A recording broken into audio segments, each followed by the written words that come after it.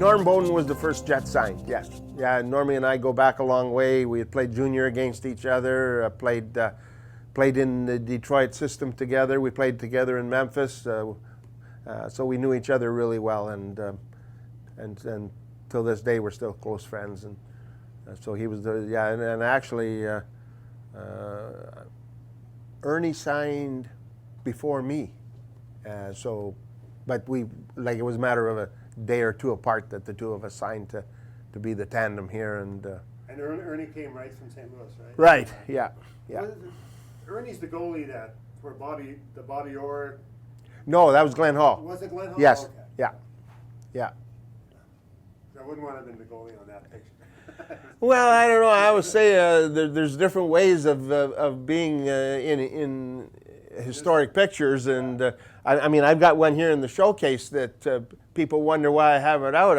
I signed it. It's a picture of Espo scoring a goal on me, and the picture depicts him being the first player to ever get 100 points in a season in the National Hockey League, and that happened in Boston. And so I said, hey, it was a historic event, and why shouldn't I be part of it and have a picture in my store of it? And it was Ernie and I are very, very close friends till this day, and I have utmost respect for him as not only as a goaltender but as a person, and he meant a lot in my life and helped me overcome some obstacles that I was dealing with,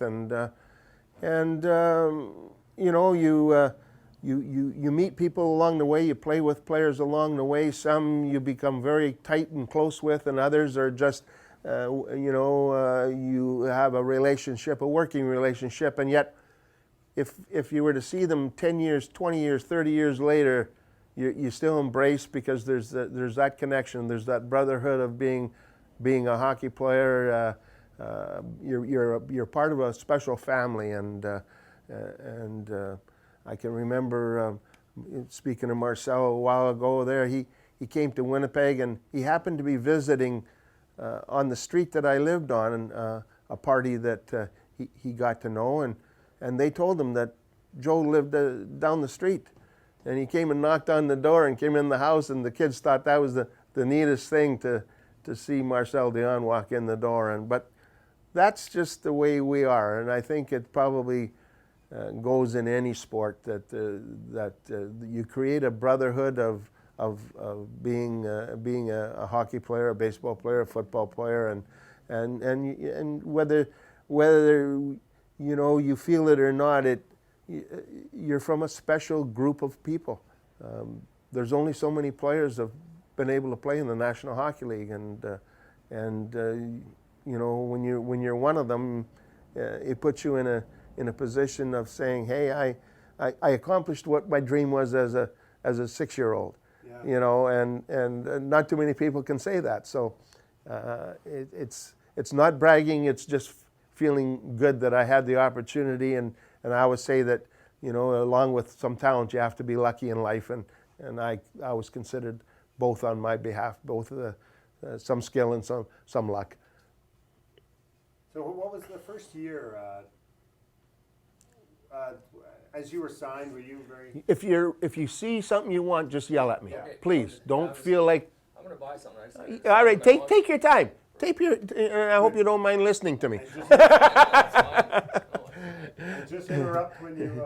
Yeah. No problem. Yeah, so the first year was kind of special. I mean, I think we all felt like we were... It was a special group. There was a closeness on that first year Jets team in '72 that I hadn't experienced ever in my life in any of the other hockey teams I played on. And I guess it's because, maybe, although, most of the guys that left the National Hockey League left on their own accord, but there was guys coming up from various leagues to form the team and form the league, and we were pioneers of something special. Little did we know at that time what was going to transpire down the road, but I can remember at the start of the season we went for a party as a team party with our wives, and we went on a hayride, and Bobby was on the wagon, and we were pushing him off and thought that was the greatest laugh. And somebody said, "Hold it, just a minute now. That's our meal ticket. We're pushing off the back of the hayride here. Let's not do that." And but it was till this day, I wished Friar Nicholson was alive to tell you what he sensed about that group of guys that we all weren't the greatest players in the world, but we sure bonded in a hurry and became a very, very tight family. And of course we went to the final, and we got beat by New England, they were a better team. There was no doubt about it. I mean, the depth on that team was much greater than the depth on our team, and that's why they beat us. But I think we did well to get to the final that first year. Yeah, that was. Every time we played them, I was scared. I figured, even when we were ahead, I figured, no, these guys are good. Yeah, and they were. All those things. Yeah. Scared of them. Can you name all the guys on the team, starting with numbers, starting from number 1? I can't. Well, I can remember some of the numbers, not all of them, but I mean, I remember we had. You're one. Yeah, well, there was myself, there was Bobby Wojtowicz, there was Joe Zanuzzi, there was Bobby Ash, there was Duke Asmundson, there was. 21. Yeah. Hey there. Hi. How are you doing? Good, how are you? Good. Nope. No. No. And interrupt if you need anything. I don't have a signed Gallagher yet. Gallagher is the Young Guns out yet, or? No, not till November. Okay. But I don't have a score one either. I have a Gallagher, but not a signed one. Okay. Yeah. Thank you. Do you have a signed Timo at all? Picture? Yeah, so I will have. Okay, so getting back to the first year, you were naming off some players. Yeah, so we had I Bobby got Ash. Bobby Ash and Bob Wojtowicz, Steve Cuddy. Steve Cuddy, number 6. Yeah, Steve Cuddy, Chris Bordelon. Bordelot, yeah, Bowden and Hull, Swenson, Danny Johnson, 17. Billy Sutherland, Ab McDonald, 14. Yeah, Garth Rizzuto,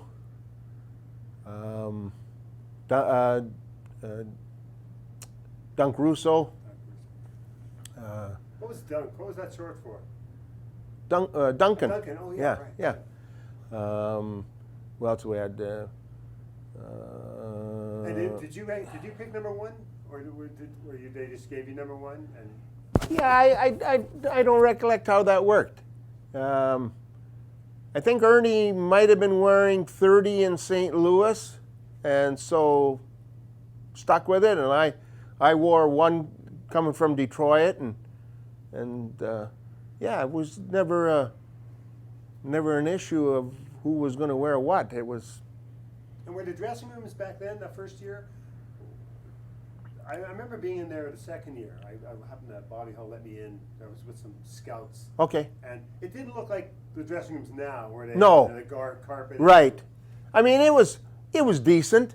The arena was old already then, and it was a decent dressing room. I mean, they fixed it up as best they could. We had the blue and white and red in there to match up with the team colors, and they put some nice flooring in, and then we had a medical room for the trainer, and so I mean, it was certainly equal to a lot of the NHL dressing rooms at that time, and then it was, of course, it was after that dressing rooms became Taj Mahals, and I mean, I got back to Pittsburgh probably 3 years ago now, and saw the new arena and had a tour of it and went through the Penguins dressing room, and I might have been walking around like I was my first time in New York. My my mouth, I'm sure, was wide open, and I just could not believe what I was seeing. I mean, I think they had 2 rooms for skate sharpening. They had, I think, 2 rooms for the equipment guy to repair equipment in and repair skates in, and then the facility where the players could go and work out on exercise bikes, or they all had TVs above them, and oh, it was just mind-boggling how it was all set up and the expense that went into it. But I guess it's like everything else. They're paying athletes $1 to $8 million a year to play. You better have the facility to care for them as well and make them feel like they're worthy of being paid the amount of money they are. So it all goes hand in hand. And I'm not saying that we didn't deserve to have something nice, but again, you're dealing with a specialized athlete in all sport today, so you're paying them that kind of money. You better make sure you have the ability to keep them in the best of condition possible and put him in an atmosphere that makes him feel like he's worthy of it and makes him feel like he should certainly put out to continue to be able to enjoy that type of treatment and facility. Like I like the dressing room in the first few years. You just walked out of your dressing room and there's a little gate to sign your autographs. Right, Yeah. Right on the Yeah. concourse there. Yeah. It was the players were so accessible back then. Yes, we were, and I think that's why the fans of Winnipeg, the people of Winnipeg that have had the chance to experience WHA hockey, have such a strong feeling towards the players that played it, because we were part of them. We were easily accessible, as you say. We were out in the community constantly, and they just felt like there was a closeness, that we weren't separated by dollars, and we certainly weren't separated by egos. We were athletes, we were hockey players, but that does not make you different or special just because. I think that's, and certainly Bobby and the way he looked after the fans by doing whatever they requested, signing autographs, going to events and everything. And I can remember him saying, "Okay, guys, we got to do this together. I can't be everywhere, so we're going to share the load." And so because the request would always come in, can we have Bobby Hull? Can we have Anders Hedrick? Can we have Ulf Nelson? Can we have Bobby Hull? Those guys can't be everywhere, so we all shared the load. But especially in that first year, it was Bobby, and we'd land in the city, he'd get off the plane, and the media was there, and he was being rushed off to a TV station or a radio station, but that's what he got the $1 million for. That's what he got to promote the league, promote the game, and I don't think they could have chosen anybody out of the National Hockey League better to do a better job. He was the guy. He was arguably the best player in the game at that time, and when the World Hockey got him, and we got him in Winnipeg, we got the prize of all prizes. And so when I saw him and what he did and how he was able to deal with the fans and all the media and all the pressures of promoting the World Hockey Association, I think that's when I realized that my little role of signing a few autographs or being nice to people was pretty simple. But we lost a lot of players at that time. I mean, Bob Wojtowicz ended up going in Indianapolis, and Ernie Wakely went south to San Diego. And tell us how that happened. Well, I don't know whether it played a big part in it or not, but as I told you, Ernie and I became very, very close. And so we said, "Oh, okay." I don't know whether we actually said it to Benny or whether we made sure Betty found out, but we said we were going to pull the Koufax-Drysdale deal where if you sign one, you have to sign both of us. And Benny said, well, I don't think I can afford both of you. And so Ernie said, well, if you're going to get rid of one of us, get rid of me. He had his green card. He said, I'll go back to the States. And the only issue that Ernie and I have with it is he basically got traded for nothing. And the guy was arguably one of the best in the league. And you know, the fact that we got really, I mean, we should have got a top flight player in return for him, and we really didn't get anything.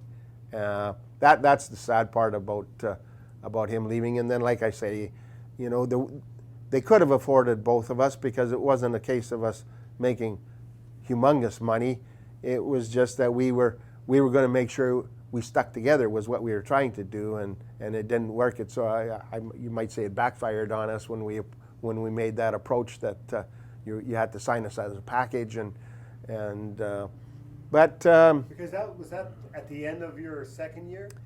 Was your third year like an option, or how did that work? yeah, like both of us had signed 3-year contracts, and so we were going into the third year, and that's when the Swedes had come and Kurt Larson had come over, and so they could get Kurt for a lot cheaper than they could get Ernie, or keep Kurt and let Ernie go, and you know, then I got a raise, but unfortunately the third year we missed the playoffs. That was the first year that we had the European influence, and really was the worst year of the 7 years. Why? Who knows? I mean, like I said, we broke up a very tight unit of people, and some of us felt like, you know, gee whiz, these guys are coming in here. They're handed nice contracts. They're handed places on the team. So we were a little disgruntled, some of us, but time proven out, I said I was glad I was the one that stayed, and of course we know how good they became as players and as people and teammates. I mean, in the end, you know, you realize that it was still a business. I mean, even though we did come to Winnipeg and start something anew and start a new league, and you know, took the chance to do it, it's still business, and you still have to operate it as business. And if you can improve your organization by bringing in different people and letting others go, you have to do it. But it hurt some of us for a while, but in the end, I mean, wow, what a group of players we had for 3 or 4 years here in Winnipeg, and I mean, till this day, I think that Ernie and I could have easily been the tandem to lead Winnipeg to the championships that we won anyway. So, but it worked out fine for me, and Ernie stayed in the league till the end, and so it worked out okay for him too. And again, we never discussed what each other made, but I know he did okay, and I did okay, and the rest is history. When you look back now and you look at the teams that we had when we won our championships versus the teams that we had prior to that, you know, we had our roster filled out with a lot of players that got a chance to make a few extra dollars, came out of the International League or the American League or Central League or whatever, got a chance to play pro hockey, you know, got a chance to have some fun and make a few extra dollars, but weren't that qualified to stay. Yeah. And I mean, and you know what? Most of them realized it and admitted it, and harbored no hard feelings. I mean, you can't keep guys around if they're not good enough to play on the team. But in the beginning, you know, they tried to get what they could get to start, and then fill out the roster with those that obviously, if you take a guy out of the American League or the minors and he's making 10 and you give him 20, hey man, I just doubled my salary. Yeah. So the same thing applied for that situation. if you recollect watching, nobody had any advantage over anybody else because everybody did the same thing. Whereas today, again, everybody does the same thing. They work out all year round. They're in shape all year round. They go to training camp now. They start, and the third day they're playing an exhibition game. Holy crap! We would have had 14 pulled groins if we would have done that in our day. So that's the difference, you see. And but it's, I mean, it's just a a revolution of sport and all sport. I mean, and it probably coincides with what players are being paid to do their job these days. I mean, not that because I was making $5,000 or $10,000 or $15,000, which was a good wage in my time at the time, I should be sloughing off and saying, "Oh, sure, I'll get in shape when I feel like it." You should still respect your position, respect the fact that you're a pro athlete. But I think that the way the players approach everything these days is all based on, hey, guy's paying me $6-7 million a year to do this job. I better do it to the best of my ability, and not only that, I better be in shape, because if I'm not, I'll stick out like a sore thumb because everybody else is. Yeah. And so you really don't want to be the player that loses his job or gets fined because of his conditioning because you're the only bad apple. So, but it was so different. And the funny, I mean, I can tell you a story about Elmer Vasco. The year I was in Buffalo, he was trying to hang on to his career, and Elmer at that time, I don't know, he was probably about two ounces shy of 300 pounds, but he was also a big man. And so we'd go to practice, and he'd put the rubber jacket on, and he'd probably sweat off 15 or 20 pounds, and we'd be out there for 2 hours of practice, shower, get dressed. Okay, guys, let's go to the hotel. So he'd go drink about 10 beers, and there's the 20 pounds back on. And so, but that's not anything unusual. That's just the way it was. Espo was once, what? Espo at one time was the heaviest player in the league. Yeah. So, I mean, that's just the way it was. Yeah. Okay, so the Swedes started coming in, Now, what was the thought of that at the time? Initially, as I said, because some of us not only lost teammates, but Bob Wojtowicz was a friend of mine through minor hockey in Winnipeg. I went to school with his wife. We were more than just teammates, and so when people coming in were taking the jobs of people like it ruffled the feathers of some of us. And I will confess that initially, it wasn't a big happy family. We weren't embracing the whole situation, and especially with the fact that we didn't make the playoffs that year they came over. So there was question marks. I mean, it was like watching Wayne Gretzky in Indianapolis and projecting him to be the greatest goal scorer and point producer of all time in the history of the game. You'd say it'll never happen because somebody is going to squash him against the boards and his life is going to end. Yeah. It was the same with watching the Europeans and saying everything's going to be cool. These guys will show you that they are going to be world-class players and will win championships like nobody's business. That wasn't projected. That wasn't perceived, and so initially, it wasn't as smooth as you'd think it would be, but I don't know what it was.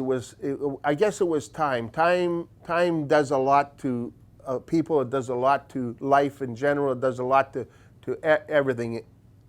Inanimate, animate, doesn't matter. Time is what it takes. And we went over to Europe to have our training camp, and we played exhibition games over there. And we started to gel as a team over there, and we started, because they were now how do I put it? They were from there, and so they could guide us around, and you could go and, okay, we're going over here, and we'll have a beer over here, or we're going over here to eat, or this is this, and this is this, and you're in a new country, and they're explaining everything to you, and it just seemed that you could feel that things were coming together, and I got off to a tremendous start that year. That might have been it was the best year I had in professional hockey, and I got going over in Europe. I had a tremendous training camp over there, and I remember Don Whitman was over there, and we had a couple of games against the Czech national team, and I don't want to say I was in mid-season form, but I was. And even Don Whitman said to me, Joe, he said, I can't believe the way you're playing so soon. You know, so good, so soon. And it just carried on and into the season. And of course, that was the season we won our first championship. And championships will do a lot for people. They'll bring you closer together than ever. And again, I use the term, the rest is history. I mean, it was just a matter of those guys proving to us that they were worthy of displacing others and that they were qualified to not only be on our team and in North America playing, but they were elite athletes and tremendous people. But it took time. It took time for that to develop and come to fruition. And you know, once we realized what we had was when we really took advantage of it and became a tremendous team. And Ab McDonald, and that was like, if that didn't happen, if 1972 didn't happen, there might not be a... There wouldn't be. You know, that's just it. Winnipeg would have never, ever been considered for an NHL franchise without the fact that we had the WHA and then the NHL. Yeah. And yeah, we lost it. We lost it because of many reasons. Yeah. You know, the way the dollar was at the time. There was not financial strength and ownership here to carry on. Salaries were skyrocketing out of sight. Yeah. So, and we had an old facility that the owners didn't have a chance to make a dollar in. Yeah. So, you know, there's no sense dwelling on why we lost the team. There's 100 reasons why. Yeah. It's just to remember, because I don't think we'd be here today. Yeah, it's just that, Yeah. you know, we should be thankful that Mark Chipman desired to try and keep hockey going in Winnipeg, and started with the Moose and did a first-class job and impressed the NHL Board of Governors and leadership that they know how to operate. And then Mr. Thompson being able to write the check and had the property. Yeah. So I mean, we got lucky again. We got lucky when we got Bobby in '72. We got lucky. We got David Thompson in 2011. So I like having the richest owner in the NHL. Yeah. It works really, really well. Yeah. See, that is what that is. Only it's this way. I can get these. I mean, it's not that I don't appreciate respect. It's just that I'm more comfortable, and I want everybody to be as comfortable as I am with me. Call me Joe. I always say Mr. Daley was my dad. That's right. Yeah. That's when if people call me Mr. Broderick, I'm like, what? Yeah. It's connotations of being older. Yeah. And I don't think of myself as an old person. That's right. Well, that's nice, isn't it? You're 7 years old and you're still a kid. Yeah, I am. You can see the way I interact with people here. That's what keeps me young, is kids can come in and I can have fun with him. The dad I can have fun with, or their grandpa could come in and I'd have fun with him. So that's just the way I am. I love people.